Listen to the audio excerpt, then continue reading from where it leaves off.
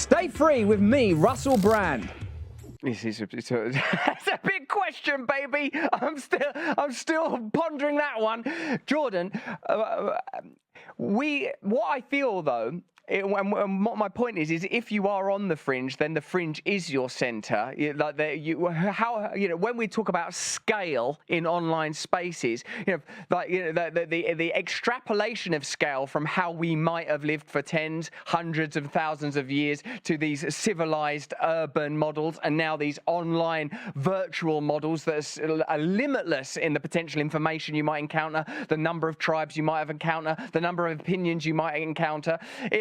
It seems to me that we have to recognize that of all the things we're discussing here, some things that seem fundamentally important, at least to me, that we must find ways of allowing communities to have as much self-regulatory power as possible. And in order to do that, we're going to have to accept that there are aesthetics and flavors and customs and manners and means that are highly, highly diverse. And the only principles that we might lean into are things, to return to an earlier comment I made, like kindness, like compassion. I'm not throwing discernment out of the window, but I'm trying to recognize where that discernment might be better be reserved for myself. To your most recent point, how am I being Christ-like? How am I?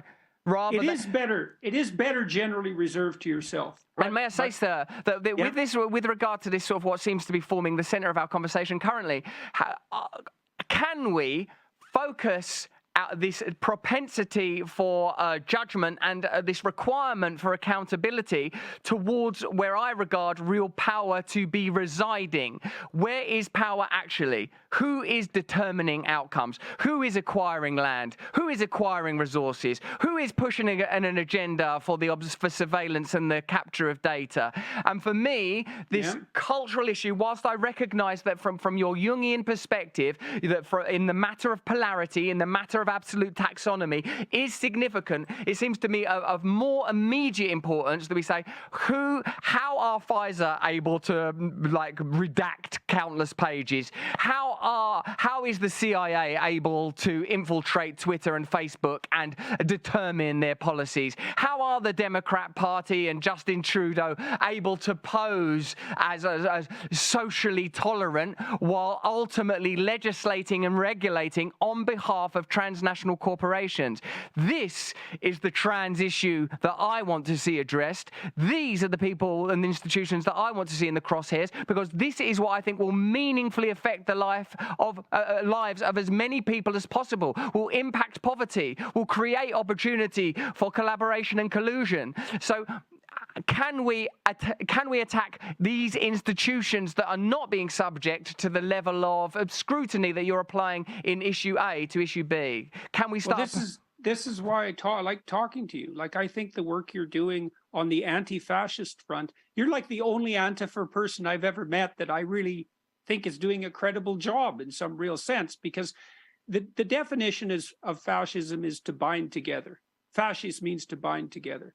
And what's happening, and what you object to constantly, is collusion of the powerful at the highest level, background collusion of the powerful at the highest level. And that is your area of expertise and your area of focus. I would say my area of focus is more something approximating the integrity of individual identity. I make forays into the political realm, but only unwillingly in some real sense. I'm much more concerned with what stabilizes people and gives them hope individually. And a huge part of that is conceptualization of identity. So the trans issue is actually extremely relevant here, because it's predicated on the idea that you have the right to impose your subjective sense of your identity on other people. And I don't believe that's true psychologically or socially. And the reason for that, imagine it this way, Russell, part of what we're doing right now, obviously, along with everyone who's listening, is negotiating our identities, right? You have some questions about what you're doing. You have some questions about what I'm doing, and vice versa. And we're trying to hammer that out. And as we hammer that out, little bits of us, you and me both, are dying and coming back to life in a new form. And that's because we're allowing our identities to be shaped by social discourse. And you can't have an identity that's subjectively defined. It's not possible. That's what a 2-year-old wants. what you're doing when you're engaged with your intimate partner, what you're doing when you're engaged with your family members, and then in the broader civic community, is exchanging information and allowing parts of yourself to die, that tyrannical parts of yourself to die, to go into a micro desert and to try to reformulate yourself in a better manner. And this idea that identity is subjectively defined is antithetical to that concept, and it's wrong. And so it's a primary concern of mine, because I know it makes people miserable and lost. I know, but you're getting pulled into some very painful arguments. And I would say, like, it was only, 50 years ago, 100 years ago, you have these titles, doctor, professor. Now, they may not have been mandated, and I would say that I don't want to be told what to do at all on any subject. You should see how I drive. You should see how I park. But if someone wants to be spoken to, if someone says to me, this is how I want you to refer to me, you got it. You tell me to call you Professor Jordan Peterson, no problem. You say to me, I like to be called they, her, no problem. I'll do it because kindness. I've already got that covered. So first of all, generally speaking, that's what I would do. Now, I wouldn't invariably do it, because I'm not going to address someone in a manner that I don't think is good for them. But I only object. Jordan, you can't make that judgment. Yes, you can. You can. I don't think you should. Especially, but you do it all the time when you're a clinician. And, and I do it very judiciously. And most of the time, because I am fundamentally, despite myself, in many ways, a very compassionate person, I'm very willing to do precisely that. But that wasn't the issue for me. The issue was that it became mandatory. And that was the first time in the history of the English common law that the manner in which you had to craft your own conversation had been, what would you call it, crafted by mandatory edict by a government agent. Now, there was exceptions on the commercial side. So if you were selling cigarettes, there was a certain way you had to talk about them. But it was never the case in an English common law country. And the Americans specifically prohibited this mandatory use of subjective identity terms. It's like, for me, that was a line in the sand. It's like, you do not get to say what I'm going to say. But I think that line in the sand is very particular to your position, because I think people would say that authority and power have been imposing conditions in more diffuse ways for a lot longer. That there are places where you are deferential, that when you're speaking to a police officer, you speak in a particular way. If you come from a particular community, you're presumed to, you are going to be perjured. You're considered to be in a different caste. They may not have been instantiated by law because they didn't need to be instantiated by law, because they were understood to be true. And, I'm white, male, etc. So I'm like, not banging a drum for let's condemn, particularly working class white male people. But what I am saying is that it appears that I feel that generally speaking, centre-left liberal democracies are using this stuff nefariously. I don't think they care about the feelings of trans people. I don't think they care.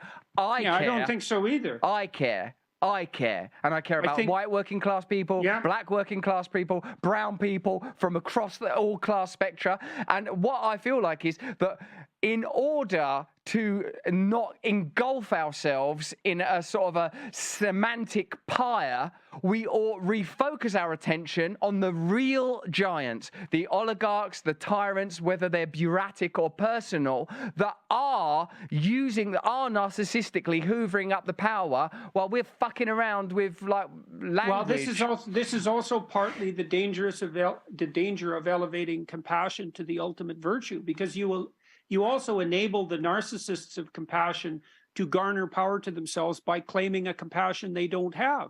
And I've really seen this make itself manifest, I would say, in most recent months on the left. Because what I've watched happen, especially in Europe, is that if you look at how especially the green leftists have reacted, if their option is starve the poor to save the planet, they'll starve the poor. And so that makes me wonder, well, is your goal to save the planet, which, by the way, is a very difficult thing to do, or is your goal to starve the poor? Because you're not saving the bloody planet, and you're definitely starving the poor. And so now, and I would say to some degree, that's where our viewpoints dovetail, and I think it's why we can talk. Like I said, I'm a big fan of the fact that you're going after the fascist collusionists. And I think it's absolutely necessary. It isn't obvious to me that the destabilization of identity is a less significant problem than the collusion of the fascist overlords. I think they're the same thing, Russell, because if you destabilize the identity of local individuals so they're confused and aimless, it's a hell of a lot easier to hoover up all the power. You need slaves to be a tyrant. And maybe I'm more concerned about individuals on the slave level, and you're more concerned with delineating the nature of the tyranny. And that's perfectly fine. But I think they're the same problem. Because if individuals have a cogent sense of identity, and that sense of identity is nested inside functional social organizations in this hierarchical manner we discussed, they're a hell of a lot harder to push around. I understand. But your pivotal and initiatory conflict, the thing that the matter that brought you into this space was I don't want to be told what to do. And I think a lot of people feel like, I don't want to be told what to do. Don't want to be told what to do by 10,000 years of post-agricultural history. I don't want to be told what to do. Like, I suppose, who is your God? Is biology your God? Is evolution your God? Is Christianity? Is it a Christian God? And like, if by your definition we are talking about a peripheral issue, then I feel that won't this God that we love take care of this? Is W.B. Yeats right? Can the centre not hold? Who is slouching towards us? Because if there is an absolute God, I think by behaving in accordance with our own principles, the rectitude will come to the forefront. Righteousness will triumph. Watch entire episodes on demand for free at rumble.com/Russell Brand.